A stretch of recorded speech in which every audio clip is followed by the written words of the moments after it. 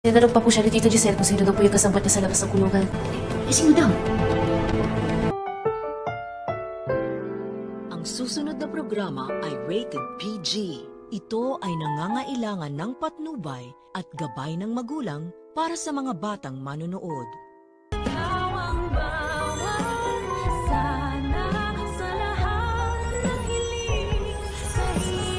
Ang lahat ng nasa preso, masama. Isa nga nandun yung mga mas mababait eh.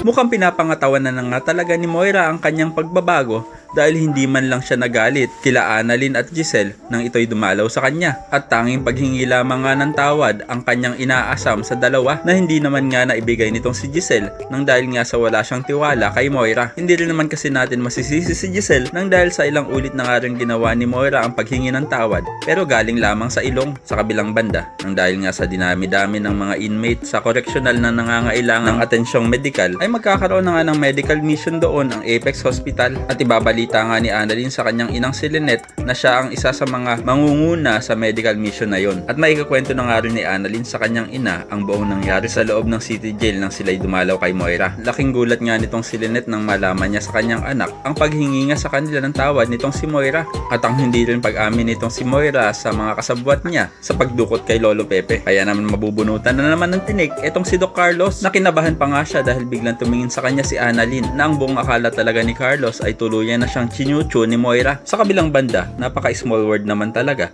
dahil magiging pasyente pa nga talaga nitong si Annalyn ang anak ni Madam Lotus at ito'y walang ibang nga kundi si Carla na ooperahan na at gustong gusto nga ni Carla na makita ang kanyang ina at masamaan sana siya sa kanyang operasyon ngunit hindi naman pwede dahil ito'y nakakulong. Kaya naman itong si Annalyn ang magiging tulay para makapag-usap ang dalawa pero hindi nga lang personal. Samantala, ikakwento naman ni Lynette kay Aling Susan at Diyosa na duda siya sa tuluyang pagbabago nitong si Moira na baka naghahanap lang daw si Moira ng way para makaganti na siya ng tuluyan kay Lynette. Ikaw, naniniwala ka ba sa tuluyang pagbabago nitong si Moira? Maaari kang mag-iwan ng iyong saloobin dyan sa ibaba at pakilike na rin po ang video na ito para hindi ka mahuli sa updates ng abot kamay na pangarap. And pakisubscribe na rin po. Salamat sa iyong panonood and see you next time. Bye-bye.